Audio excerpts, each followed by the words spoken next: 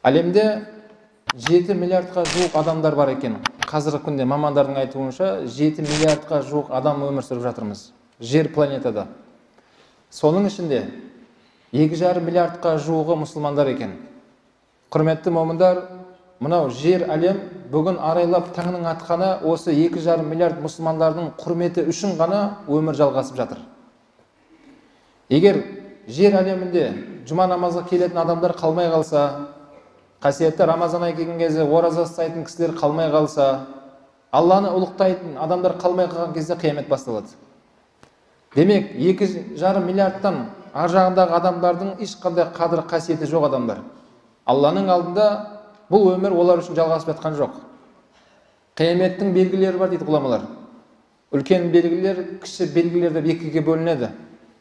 Сол кіші белгілерін ғұламалар санап отырып 99-ға жеткізген. Қазіргі күнде 98-і табылып тұр. Біреу ғана табылмай жатыр. Ол соңғы белгісі не ол? Егер сол 99-шы белгі табылса, одан үлкен белгілер басталады. Үлкен белгілер басталған кезде оған мұншалықты көп уақыт кетпейді. Бір ғұламалар айтқан, үлкен белгілердің баршасы бас аяғы бір күн уақыт кетеді деген. Таң намазда күн батыстан шығады, 5-нің уақытында дәжжал шығады, одан кейін Иса пайғамбар соны өлтіреді, одан кейін белгілері құптанға шейін бәрі бітеді деп айтады. Екінші бір ғұламалар, жоқ, бір күн уақыт кетпейді, 1 сағат кетеді дейді. 1 сағаттың әуел уақытында анандай белгі болады, 10 минуттан кейін екінші белгісі көрінеді, жарты сағаттан кейін үшінші белгісі болады деген секілді 1 сағаттың ішінде бас аяғы аяқталады дейді. Қияметтің сол кіші белгілерінің соңғысы табылмай тұр, 99-шысы ол не екен? Алла дейтін адамдар қалмай қалады жер әлемінде.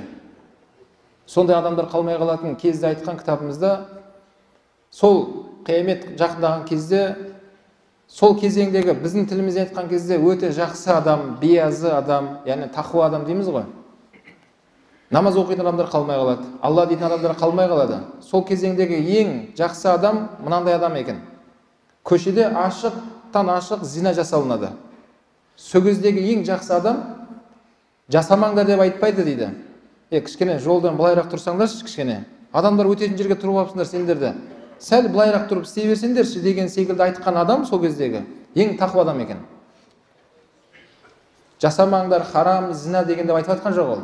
Жасаңдар, бірақ сәл былайырақ тұрыңдар. Адамдарға кедергі болып тұрсыңдар ғой деген секілді айтқан адам ең жақсы адам деген. Құрметті момындар, міне жұма намазға көп келе береді екенбіз. Алла Субхана ва Тағаланың 40 парызын орындай береді екенбіз. Қиямет созылып жатыр бауырлар. Бүткіл әлем сол 2,5 миллиардқа жуық мұсылмандар болса әлемде, солардың құрметі үшін ғана өмір жалғасып жатыр. Бауырлар, қабыл болсын иншалла. Біз тәуелсіз мемлекетпіз.